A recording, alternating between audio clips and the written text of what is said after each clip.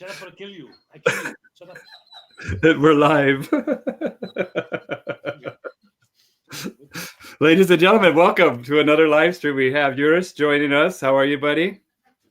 I'm doing fine, thank you. Can you turn it, or do you have a mic? Can you bring it closer to your mouth at all? Yeah, sure. Hold on. Check 1 2 area 51. Huh.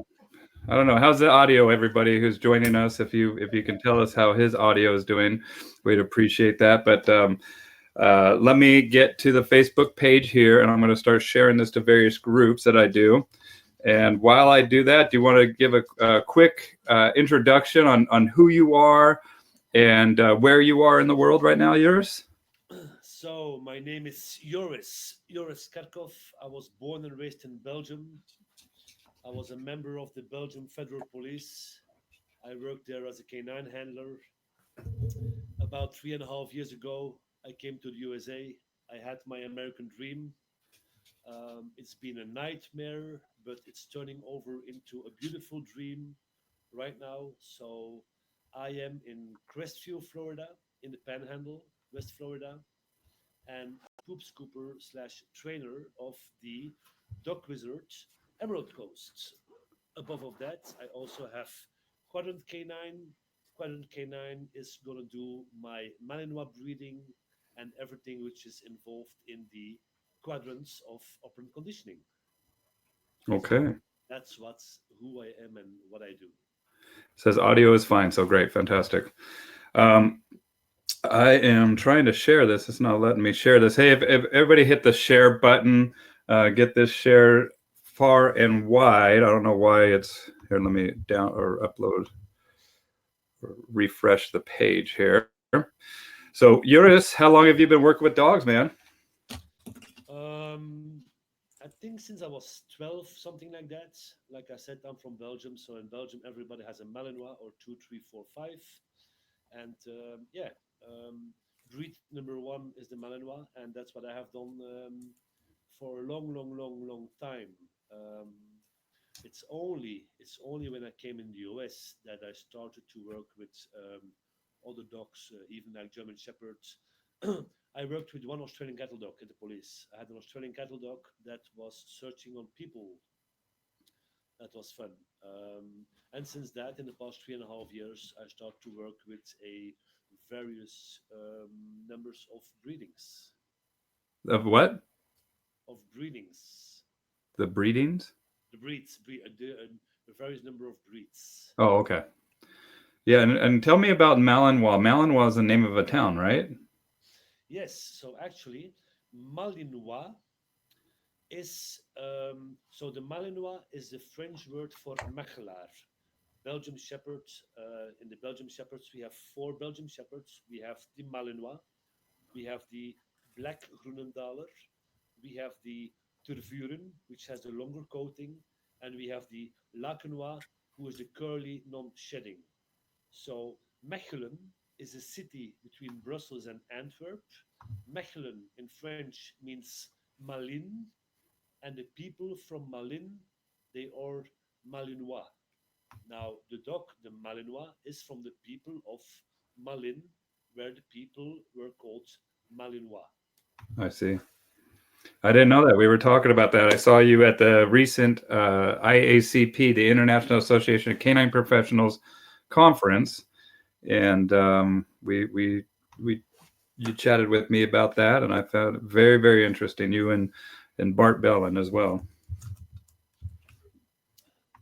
Yeah, exactly. It was my first time I went to the IACP. I was very pleased to finally meet you because I discovered your live feed page due to the fact that you had a live feed with Bart and Michael and Bernard about the Martin System products. Yes. I I have to admit, Bill, first time I saw you and I looked you up and I saw that you were in Seattle, Washington, and I saw your beard and I said, "Oh my God, he has to be a lefty." A lefty, huh? A hugger. Do you know what that's what Chris Praise and his wife call me, a hugger, which is fine. I don't know. I'm not a lefty though. I know. I realized that in Colorado, and the chats and conversations that we had um, blew open my mind. And fuck, man, you're just a nice guy. You're cool. You're cool as shit. You know. Thank you, buddy. Well, it's good to meet people and be able to shake their hand and look them in the eye, and really, really build rapport, build a relationship on the Facebook. That's easy to put up a facade or let prejudgments kind of take a hold of your perception of somebody. Do you know who I was blown away by? Was Ian Dunbar. Did you get a chance to talk to that dude? Yeah, I spoke with him at the bar. I had no clue who he was, but he started to talk to me in English, and I noticed his Oxford English. Yeah. So Hey, I made fun of him, and yeah, we had a nice chat.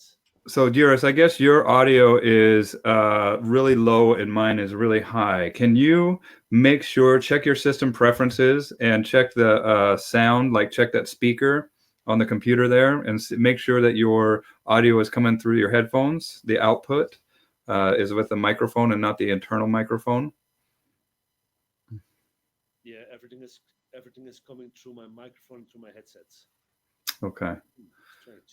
I wonder why it's so low. Cannot hear your guest. So yeah, it's definitely, people are saying that the audio on your end is low compared to mine. So um, let me see. Can you turn it up at all on the? I'm as high as I can. You're as high as you can. Well, I don't know. I mean, cannot hear your guest. Let me think here. Check 1 2. Yeah, you're still pretty low for me. I have you turned all the way up on my computer, and yeah, you're really quiet, Eurus. That's Andy says as well. There, I guess I can put these up on the screen here. We were trying to figure out how to get him on here anyway, so it might be something that audio is fine, as one says, but that's was earlier as well. My output volume is as high as it can. Okay, well, maybe speak up. I don't know. You're really quiet. I don't know. You're usually not I will, in I your will car. start. You're louder. Go out to your car. That's I what will they start to say. yell. Yeah, you just have to yell, I guess. But Yeah, yeah, I'm I don't sorry. know. I'm sorry, Andy. Maybe see. I don't know if I can control the outputs over here. I mean, it's just a basic and program on my end. I can't really control anything, but just speak up, or maybe try to switch it to the computer microphone. Let's try it the other way around. Like instead of that one, let's try the computer mic and see if that will pick up more than what you're doing right now. And bear with us just for a second, folks. I want to make this the best experience that we can for your listening pleasure. Okay, is this better? Is that Andy, better? Andy, do you hear me now? Yeah, maybe hold it up right there and just get it. I have Andy from Belgium who is listening. Oh, I think that's louder, man. I think that's Oh, good. What do you guys think? Let me know in the comments down below if this is better. But we'll just continue. So so you are now the dog wizard. well, I'm one of the 30 locations in the US that have a Dog Wizard franchising. Okay, Um, so the Dog Wizard is a merge between the Ubit K9 and the Dog Wizard. So currently, great. 29 That locations. fixed it. Cool. That fixed it. Well, what was cool, man, is that when we were in Colorado too, we had the same as not louder. That's what somebody else is saying. But Yeah, Andy. yeah, and then we were able to tour the Ray Allen facility. That was pretty cool, man. Yeah, it was. I've seen some manufacturers in the US already, but Ray Allen, I think he's one of the oldest, together with Learberg. But yeah, I like it when you see that it's all made in the USA. You know? Yeah. Well, it's cool because they make the bite suits back there. We were able to see that, see where they cut the leather, see the raw leather hides, um, and just be able to talk to them about all the products that they have and offer. Ray Allen, I've bought a couple things from him, but it's just cool to see how wide the dog world goes, man. And as somebody that particularly works with pet dogs myself, I love delving into the working dog world and seeing how attributes that I can glean from the working dog world, you find out that there's a lot that we can learn as pet dog trainers that we can apply, even though we don't have the precision dogs or the need for that high drive sport. Well, Bill, it's a vice versa. Oh, Um, exactly the same volume issue on Eurus. Hold on. so so not exactly the same. I'm gonna try my headset back on. Hold on. I'm sorry, guys. Hold on.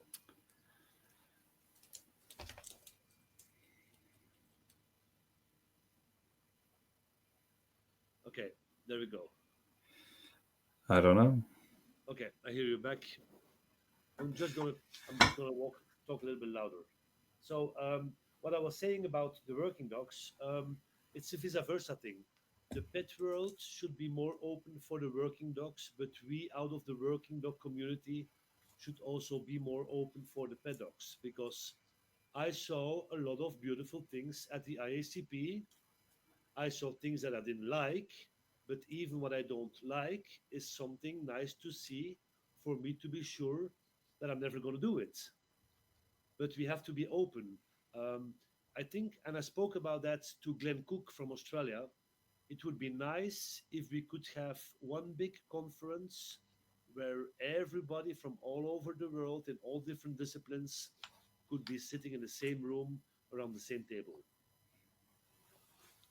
Because now working dogs, police dogs, ego, huge ego, but I see amazingly good things in the pet industry, which I would like to see in the working dogs. Well, I think that the standards are important in the working dogs, and I think I would like to see more of that in the pet industry.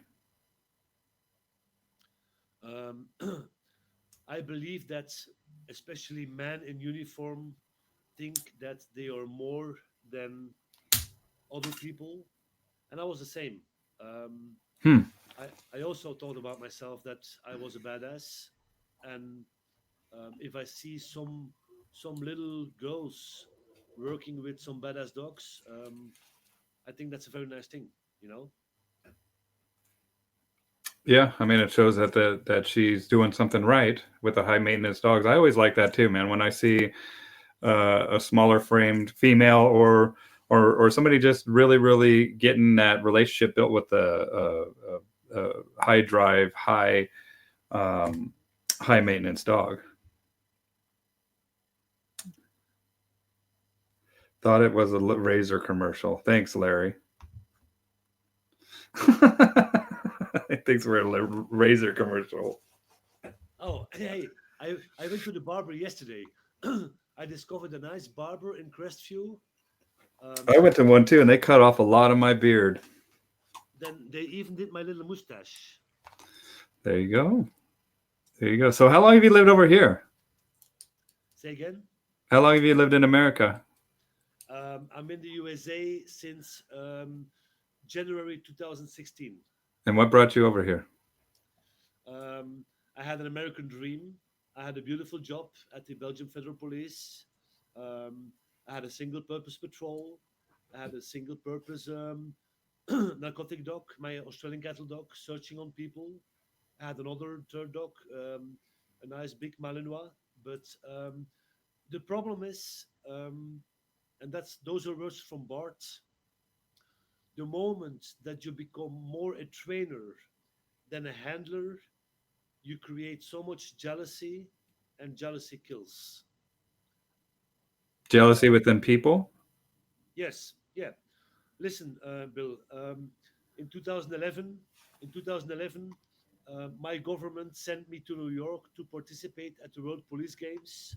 Um, I won that part, when I came back, instead of felicitations from a lot of people that I thought were my friends, um, I started to be backstabbed and jealousy was created. Hmm.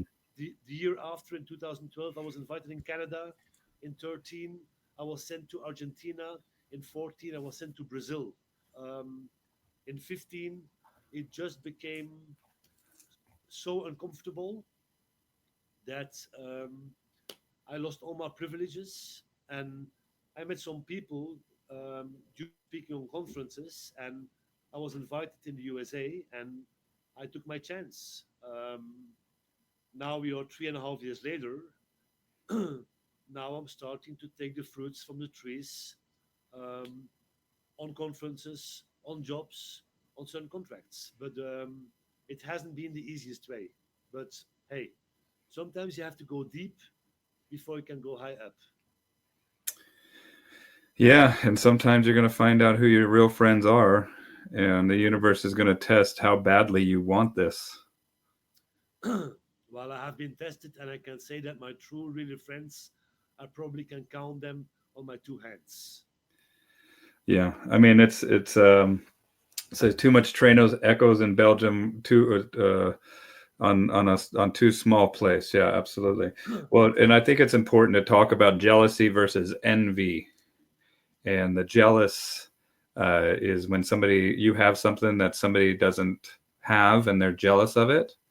But the envy is what in my opinion is very dangerous because you have something that they don't have, but now they think that you shouldn't have it either, Yeah, correct, and then correct. that's when it starts delving into behavior where uh, it gets dangerous. I mean, it's an interesting thing, and sometimes we can see dynamics of that in the dog world too, where dogs are going to fight with each other over things that they might have and get possessive over certain items or certain territory. Same thing with people. I can be jealous in a positive way. You can do something, and I can say, "Damn, what Bill is doing, this is nice. I'm jealous about him because I would like to do the same thing." It doesn't always have to be negative, and Yeah, that yeah, it is can motivate you. yeah, it's motivating me. Yeah, exactly, exactly.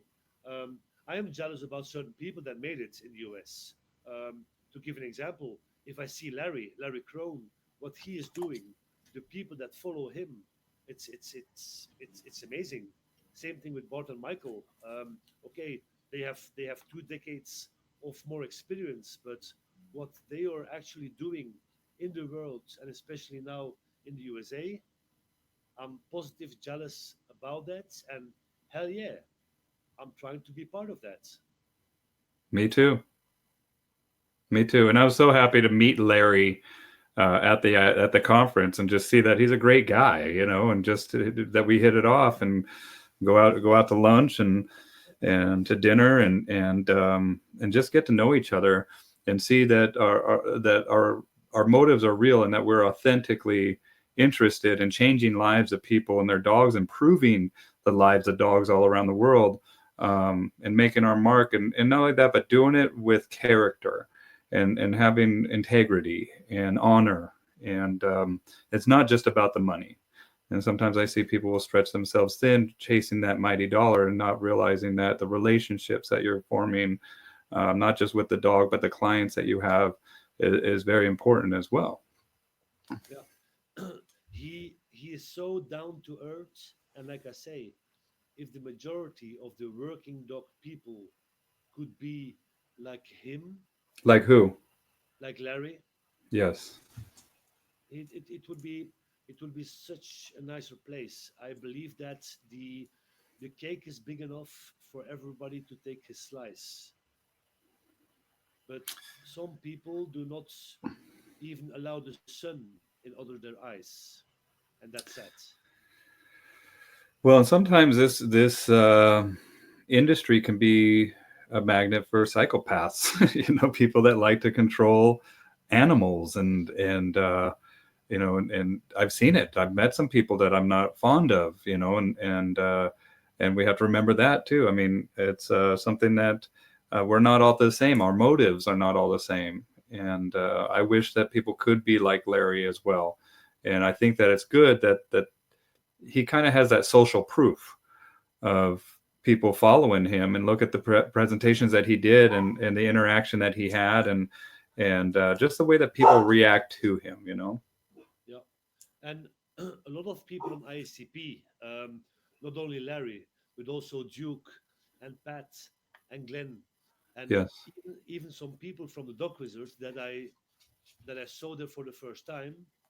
People that don't have a background in police and military, but they are so down to earth, and they came and they say, "Hey, Joris, nice to meet you, and we heard a lot about you, and we are happy that you're part of this team." And I felt I felt strange because in the working dog industry, people don't say that.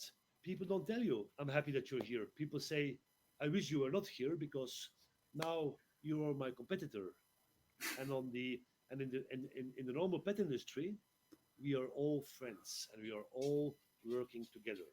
You know? Yeah, ideally. I mean, just like in the pet industry, there's a pretty big rift as well. I mean, there's a like a purely positive versus balanced movement, I guess, and people get pretty salacious in their attacks, and I get it because it's an emotionally charged industry. We love these dogs with all of our hearts, and um, yeah, I mean, you catch more bees with honey than you do with vinegar, you know, and it might as well be nice to each other, cooperation instead of competition, especially when we have watermarks of dogs being euthanized every year. You know, that's definitely a sure sign that something in the industry is broken if we're putting down so many dogs, throwing them away like trash. And the other watermark that I'm looking at is the child bite statistics. And so once we start to see those numbers drop dramatically, we need to work together as a team and cooperate and communicate in a unified manner that will help dogs all around the world. And that's what it's all about, right? It's funny that you talk about that because yesterday I had a phone call from a girl. She had a dog out of the shelter. She hired a trainer. She spent a couple $1,000s on that trainer. Everything went wrong. And she said, "What price can you do it, you think?" I said, Hmm. let's just let's just get together next week. Let's see the dog and let's see what we can do. And I'm not gonna take people their last money if they already spent so much money on a dog. And that's maybe that's maybe my human side. I realize now that I have a human side because I like to help people that have issues, issues with the dogs or issues by themselves, and maybe it's time for me to start doing good things in this world. I always been the bad cop. Maybe now I can become the good cop. You remember what we were talking about earlier about spiritual currency? Mhm. You know, that's what I call time, is your spiritual currency. That's why you spend your time wisely or pay attention, right? Something that we can't get back. And so we take the conscious effort of living or being that which we want to see in the world.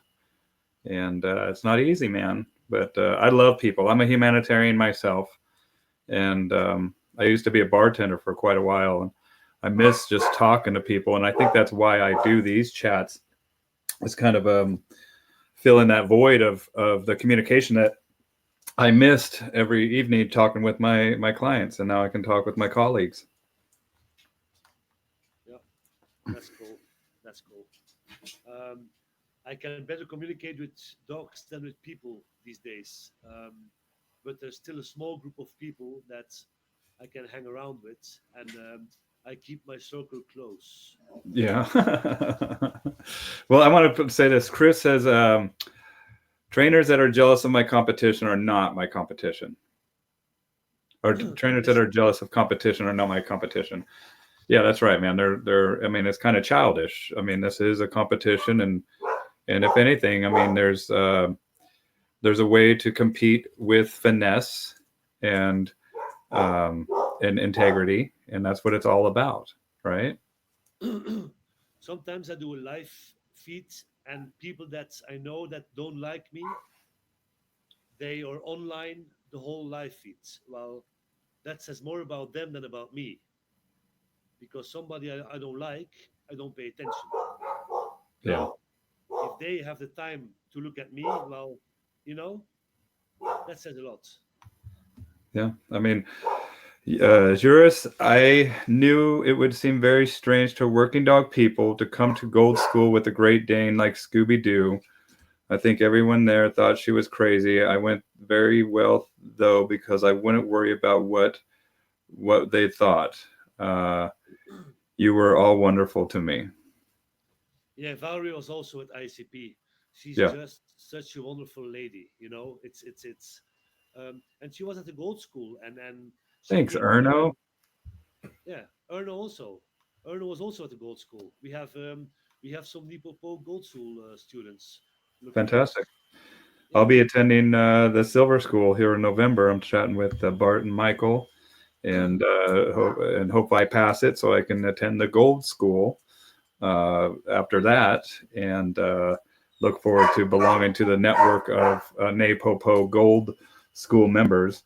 I got my German Shepherd out here barking. My wife must be right out front mowing or something.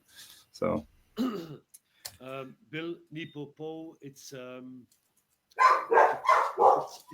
way of life. It's more than just some theory. It's more than just some training with your dog. It's listening to Bart and Michael. It's a new world that goes open. It's about having those aha moments that you finally understand what you're talking about.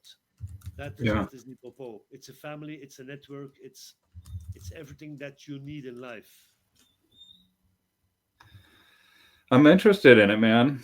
I mean, so far I'm quite impressed. Yeah, it's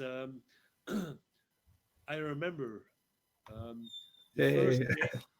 The first day you're sitting there and you don't know what Bart is talking about, but at the second day you have a little light bulb that pops up and you start to understand the things, and you start to learn to think out of the box, because we are also close-minded in our box, and we just have to think out of that box. I like it. I like it, and I like talking to Bart. And I've talked to Bart many times already about dog problems that I've had, and he's got an answer for every single one. um, I think that problem solving and giving an answer on every problem is something that you have to learn. You have to roll into that. It's only by having a wide open spectrum of knowledge and gaining knowledge more and more that you will go faster into your problem solving and in having an answer on everything. And Yeah, some people have it faster than others, but it's the learning curve is going through failure and error, and hopefully your hope and desire is bigger than the negative things that you are passing on your road. those negative things, the hurdles that the universe throws at you to make sure that this is something that you really want, just like what we were talking about earlier. You know, it's going to either make you helpless or drive you forward. You know, it's got a kind of a learned helplessness or driving you forward, motivating you. It's kind of the same thing that we do with dogs, and every single dog's an individual. And seeing what motivates certain dogs and what might shut down other dogs is very important as well. Mhm. Correct. Exactly. So, what got you into Napopo, and how did you find out about it? Well, I wonder if I could I, find. I know Bart for quite a long time. Um, that's also something. A lot of people say, yeah, Bart and Michael and Nipopo, and they put they put a trademark or a copyright on it, and they are just selling it. Like I said, it's more than just that. People are right that Pavlov and Skinner, with classical and open conditioning, that they kind of like invited um, psychology. But on the other hand side, Bart, with his over, I think, 40 years of experience, he made such a nice story about it. And then Michael came into his life, I think, um, something over a decade ago, something over 10 years ago, that they started to be together, and they're working as a team. They are the perfect team. They accomplish each other, and for me, that was something that I had to say. I had knowledge. I thought I had knowledge. A lot of the knowledge that I have, I got it from Andy Williams, who is looking at us. But I opened my eyes and I wanted to have more and more and more. And that's the moment that I decided, okay, um, let me get to Bart and Michael and let me become part of the family. Let me become part of the network. And I have to say, I have not regretted it for one single second. It's just When was amazing. that? When did you first learn from them? Uh, 2016, Okay. yeah, 2016, my silver, and then now in April of this year, I was in Holland to do my gold. Okay. Yeah, they go all around the world, man. Well, I hope that that time is going to be over soon. And like I said, I'm settling myself down in the USA. Um, Not everything is positive, but that's like everywhere in the world. I'm coming out of a system in Belgium working for the government, free this and free that and free this and free that. Now, a day of not working is a day of not making money. Yeah, yeah. Yeah, that's the life of the entrepreneur. Yeah. Health assurance is expensive, licenses, other assurances, but hey, we all have a goal, and I'm trying to accomplish my goal. What is your goal? Oh, um, damn, you got me. What is my goal? My goal is to have a better life than I had in Belgium, um, become more happy than I was in Belgium, having having more than 10 people because I have 10 fingers, and we said I can count them on my two hands. So the goal is to have better friends than I had before, and I'm working on that. I'm 41. I still have 20 years to accomplish it, and maybe then we'll see. House, wife, child, trees, dogs. Who knows? So you're single man now? I can't give you an answer on that question. No answer. It's all right.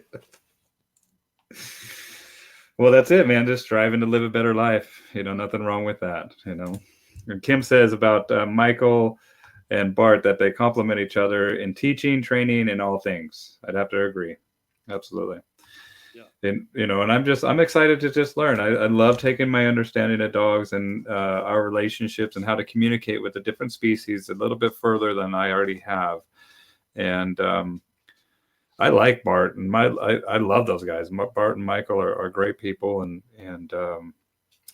yeah, I'm very very much looking forward to it. I just arranged my plane ticket and yeah, I'm kind of leaving my expectations open. I know that we're going to have to study quite a bit, and just kind of like you said, looking forward to thinking outside the box. Well, there's a water chance that I'm gonna be there also in November. I said, oh, small water chance. I had contact with Jackie today. I spoke about it to Michael. Um, I'm trying to schedule it um, in my planning, and it would be very nice, Bill, to see you there because even people that have been in the school already, every time that you go again, it's a refreshment. Yeah. And every time you have those aha and whoa moments that you say, okay, I start to understand more and more and better everything about the system that Bart and Michael have been creating. Well, repetition is the mother of learning. That's why when we drill the dogs and do action items, we do it over and over and over again. You're going to Yes, see every single time you take that class, you're going to see it with a different set of eyes and hear it with a different set of ears, right? As you progress along and then start to apply the techniques that you're learning, then you're going to have another set of feedback as well with that animal and the relationship that you have at that time. And I like that as how it's always growing, but the network of people that you can tap into as well. Um, and then not only that, but be able to bring my dog to the gold. And I want to bring well, my that's the thing. Eh? It's about networking. Um, I met amazing people that I would never have met if I wouldn't have been a gold student. yes, Um, being the network, being a part of that network, right? yeah, and that's a huge thing. And the advantage of the Nepo Po Gold family is that you have people like Valerie in Service Dogs. You're gonna have somebody like you who is in pets and Mm-hmm. behavior modification. Um, I have some background in police and military dogs, and now transferring to pet dogs. And like I say, um, the dog world is way more than I ever thought it was. Yeah, Erno says Bart also has a talent built up, or has also built up a talent in teaching. It's 5 full days of knowledge, experience, motivation, anecdotes, very well explained. Time flies. Time flies. I Um, bet. we for the gold school we started at 8 in the morning, and before we knew it, it was 5 p.m. And then we stayed till 6, and then we had a debriefing. And on a certain moment, it was 7:30 or 8 o'clock, and we were busy for 12 hours. And it was like, oh, really? Time to go home. Time to go to bed. Tomorrow is another day. Well, we're learning stuff that we're passionate about, you know, Yeah, and that's where the aha moments come in because we work with these dogs every single day. That's what we've traded our lives for, or we're choosing to trade our lives for to better our knowledge, to get a better understanding of the relationship. Bill, I have to admit, I learned more from watching people working their dog and listening to what Bart and Michael were saying than sometimes sitting in a classroom and hearing things and only half absorbing them. Yeah. Well, once you pick up that leash and start working the dogs yourself too, but watching somebody working the dog and applying the techniques that they're talking about, right? Yeah, that's correct. And therefore, like you said, repetitions are important. And one of the chapters of the book that you're probably going to read is deep They still can't practice. hear. And deep practice is, yeah, it's amazing. It's amazing. Deep practice. Yes, deep practice. What's deep practice? Deep practice is a chapter out of the book that you're going to have to read before you go to the silver school. Okay, I can't wait. Do you know what book it is so I can buy it? The book deep is deep deep practice. Let me see. deep practice. Yeah. Oh, not proactive. Deep proactive. No, that's a. Now, deep practice is a chapter out of the book The Talent Codes. Oh, I've read the talent code. Then you should have seen the chapter Deep Practice. Okay, I mean, I think what it refers to is just getting into the flow, Mhm. and getting into. I mean, on average, and that's where I get out on this torch, and when I blow glass, right, is that I try to get into the flow. And sometimes it takes about 30 minutes to get into it. And the flow lasts usually about 90 minutes is an average flow. No, Uh, hold on. Did you say you blow glass or you blow grass? both. I blow the grass first, and then I blow the glass second. Okay. But that's it. I mean, and then you'll notice that you kind of snap out of the flow and then get back and maybe go have a little break, go have a snack or something like that. And the other The other book that this reminds me of is Deep Work, or how to. Here, let me get. What is the name of that? Deep Work? I don't know about that one. No, Deep Work. Yeah, Cal Newport. So I'm going to put up a link for this. So this is another one I'm going to actually recommend for Bart too, about uh, how to focus in a distracted world. Okay. So I'm going to put a link here in the comments down below. This is what's called Deep Work, and Carl Jung, the old psychologist, um, I believe he was in Switzerland, where he had his property. But he would, to get into that flow, he would have a building on his property. Every morning he would repeat the same thing, and it would allow him to kind of get into this behavior, this creative, and attract this creative energy. And that's one aspect of this is to just kind of allow yourself to be, and so that creativity kind of flows to you with this little energetic residue that is possible, and so it's a natural organic flow. Okay. I need to get that book. If they have it in an audio book, I'll probably listen over and over again, because Yeah, like the Talent Code, I have it also in audio, and I love it. If I have long drives longer than 2 3 hours, I just listen to the book over and over and over again. they do this book. They put it on sale on Audible a lot. I've seen it on sale for like $4, $5, but it's worth it just for a credit, you know. Um, but yeah, that it's available on audiobook, and it also talks about different people's creative processes, from J.K. Rowling, the lady that wrote the Harry Potter series, Mhm. and on her last book, she actually rented out a suite at the Scotland Yard. It was a really, really expensive suite, and that's where she put herself because it was distraction free, and so she can get into the flow, that creative flow. And we have so many devices, and uh, we talk about with I did an interview with Dr. Kohler, Christine Kohler, a few episodes ago, and we talk about how entertainment has overcrept leisure. Okay. Right, we have all these devices that bring us instant entertainment, instant gratification, and we kind of fill the time that we could just be bored or just kind of hanging out and just being with constant stimulus, with that endless scrolling, right? And it's changing our brain and how we process information and how we live in the moment. That's the thing that I don't like in dog training or in the dog world. Instant gratification. Um, People see something and they want it immediately. And in dog training, you can't do that. It's impossible. It's impossible. Um, People see a dog, they put money on the table, and they want to have the results.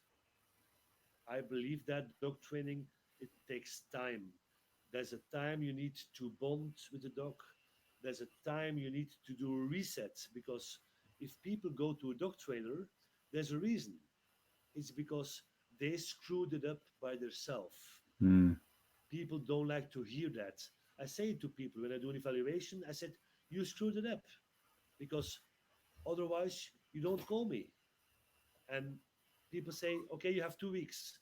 I don't want 2 weeks. I want your dog for 4 5 6 weeks. I need time with your dog, instead of just putting an e-collar on and tap tap tap tap tap. No, that's not problem solving. That is hiding things behind a wall, but that wall will go down, and it's not fair. It's not fair for mm. just taking people their money by crashing their dog down. Well, that's my opinion. Well, it's not fair to the animal. People are selfish. Yeah, they want what they want, and we have instant gratification, so they want it now.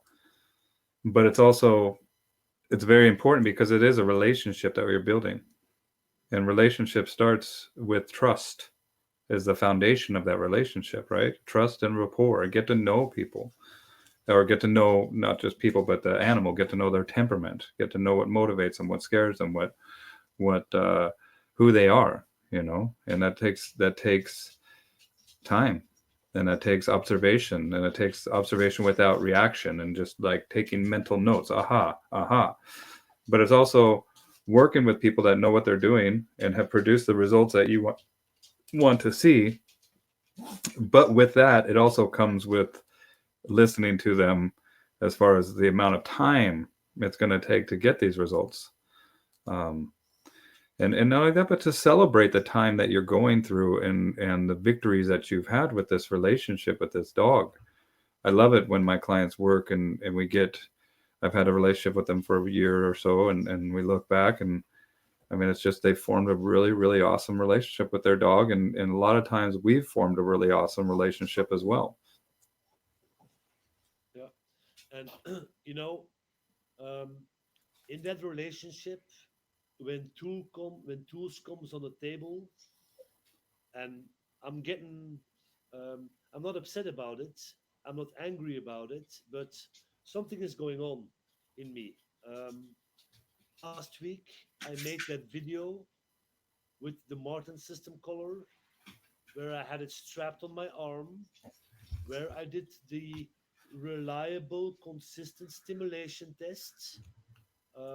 I invited people to do the same tests with other brands. We are 1 week later. I got one phone call. I got one phone call from a friend that said, I did what you did with other brands than Martin System, but when I came out of the water, I brought the level halfway down because I was not sure. He said, I brought the level halfway down.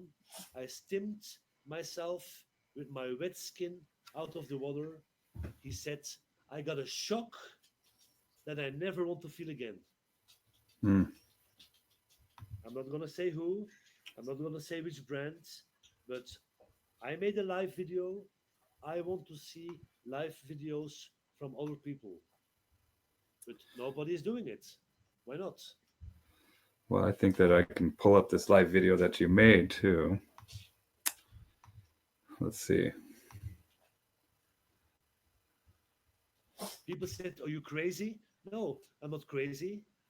I just want to show you. You need to feel what your dog feels. Yeah,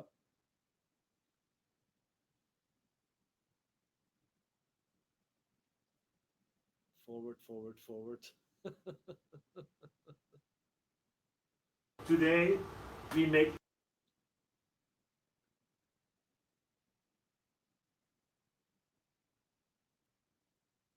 I have the microcolor from Martin System.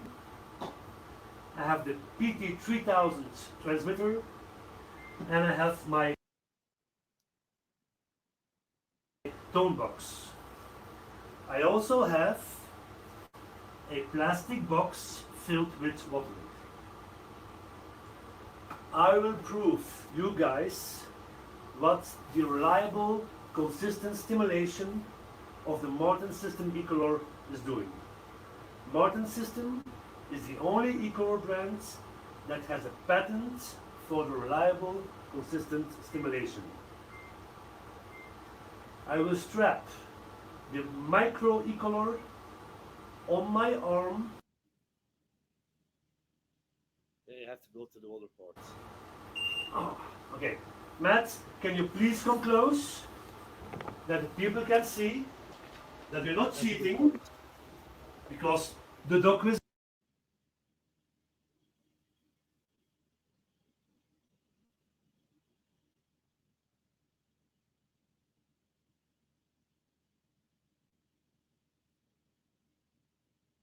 I put myself back up here. There we go. All right. Can you hear me? Yes, I hear you. Do you hear how quiet you are? You're so quiet. Oh, really? Mm-hmm. Yeah, I don't know what's going on with my headset. I People don't know say either. that they can't hear me, and I'm on the top volume, so I I'm really sorry about that. Yeah, yeah. I mean, it's technological. Erno's got to go. Erno have to go, you guys. Good luck, Joris and Bill. You have a wonderful have another follow. Bye, Valerie. Thank you, Erno. I look forward to meeting you someday in person. And let's see. Andy Willem says, "Why should you do it? Train without, and the dog does not have to feel it. Just my opinion. If you train correctly, then you don't have to use an e-collar. But hey, have told you that, Joris." Well, I mean, the e-collar, I don't need to have an iPhone, but that's something that I choose as well. And if you choose, I mean, if you train correctly with an e-collar, I mean, it's just another layer of influence. I mean, I don't need to train with the e-collar, and I It's don't always train with the listen, e-collar. Andy and I have a lot of discussions about that, and Andy's in Belgium, and Belgium is not the United States. And I explained Andy that a lot of e-collar training is also for the assurance of the person when he's off leash, and like everything in life, you can use and everything you can abuse. Um, Yes, you can do so much more bad with a pinch collar than sometimes with an e-collar. It's or a harness. mechanic. Yeah, By leaving a harness, I've and seen harnesses that were left in and embedded in the dog's skin, and it's just something that is not. It's negligent. With anything, it's a tool. And a tool, whenever we rely on a tool too much, i.e., if we only have the dog trained on a collar and not have the relationship built with that dog, then the tool is just a crutch. And as soon as that tool goes away or malfunctions, then we're SOL, we're shit out of luck. And that's it. Is these tools all need to go away. Whenever I train my dogs, just like in a ring, all the collars, everything need to come off. We walk the dog in an AKC novice obedience with the leather leash and chain collar, and then they will instruct you to pull all the collars off. Then you have to do everything as well. And to me, the e-collar is just another layer of training, of influence, of communication that I have with that dog. And I've seen the e-collar really, really help me open up the lines of communication with that animal and build trust.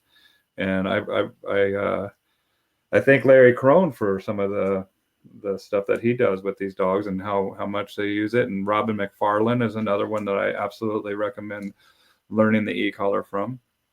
And Bart Bellin, I'm looking forward to learning from him. I am a huge fan of the Chameleon 3 collar. Huge fan. um, I don't think that there's a better tool on the market.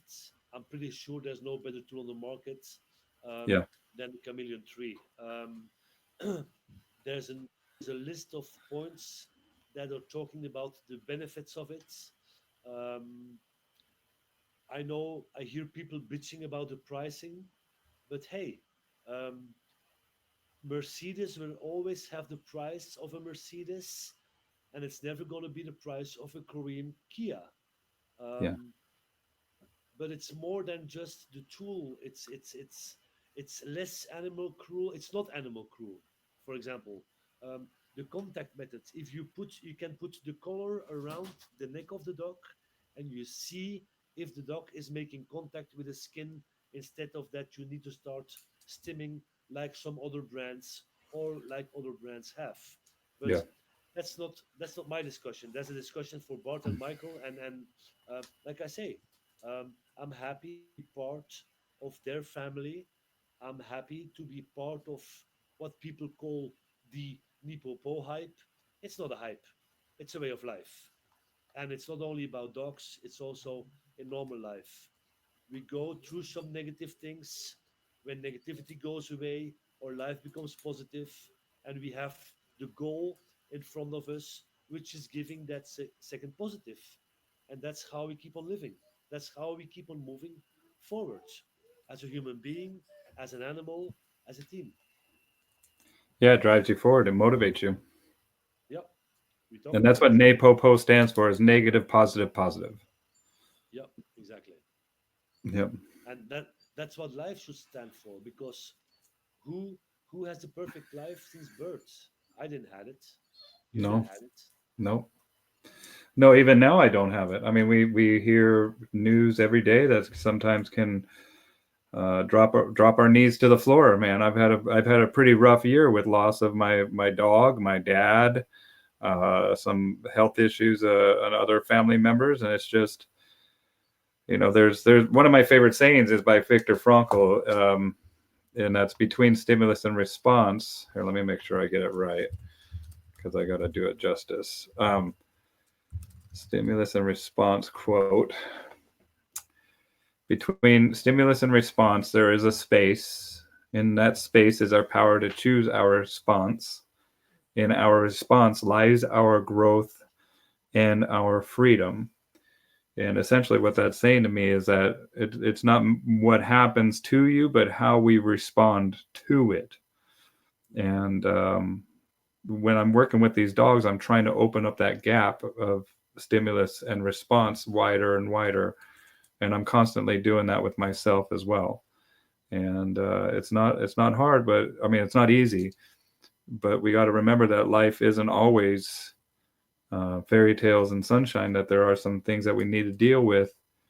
But in those challenges lies our strength. And we come through those challenges stronger than we were before we had to deal with them. So it's not always a bad thing. Yeah, I like that, man. I like that. It's it's a spiritual way of looking into things, and the older I'm getting, the more spiritual that I'm becoming. Yeah.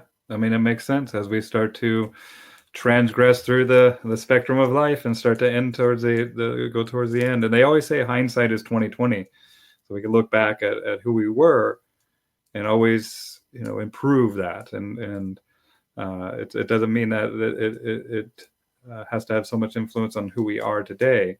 We can always change, and we change through conversation. In fact, con means together, and versare means to change. And so by talking, we change, and we live in the universe. So uni is a one, like unicycle, right? And or unibrow. And then we have the versare change. So we live in the one change. And so that's what our goal here is to evoke change and to bring about our creative energy and to make this place a better place than when we came into it. Yeah. I would say that's a perfect closer. All right, I think so too, man. So how can people, if they want to get a hold of you, buddy, how would they do that? My phone number for the Dog Wizard Emerald Coast is 850-266-7600. They can email me emeraldcoast at thedogwizard.com. They can find me on Facebook. They can look me up on Instagram. Um, People have my profile on Facebook. It's all linked together. Yeah, and I'll put down below Emerald Coast at thedogwizard.com. Yes, emeraldcoast at thedogwizard.com.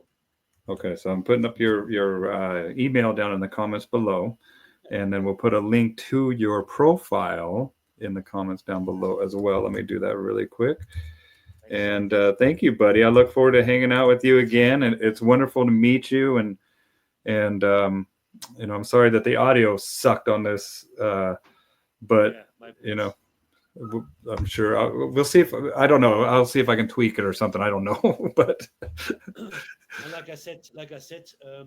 maybe with another chance, I can see you in November. yeah, absolutely.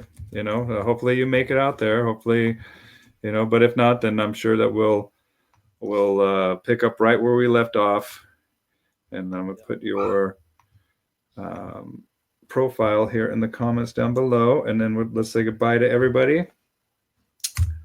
Right yeah. there's the profile, and then I will say goodbye to you on the other side here. So thank you very much for joining us, everybody, and we'll see you next time. I have a lot of experts that I've been talking to that will be streaming here shortly. So take care, and bye-bye. Bye.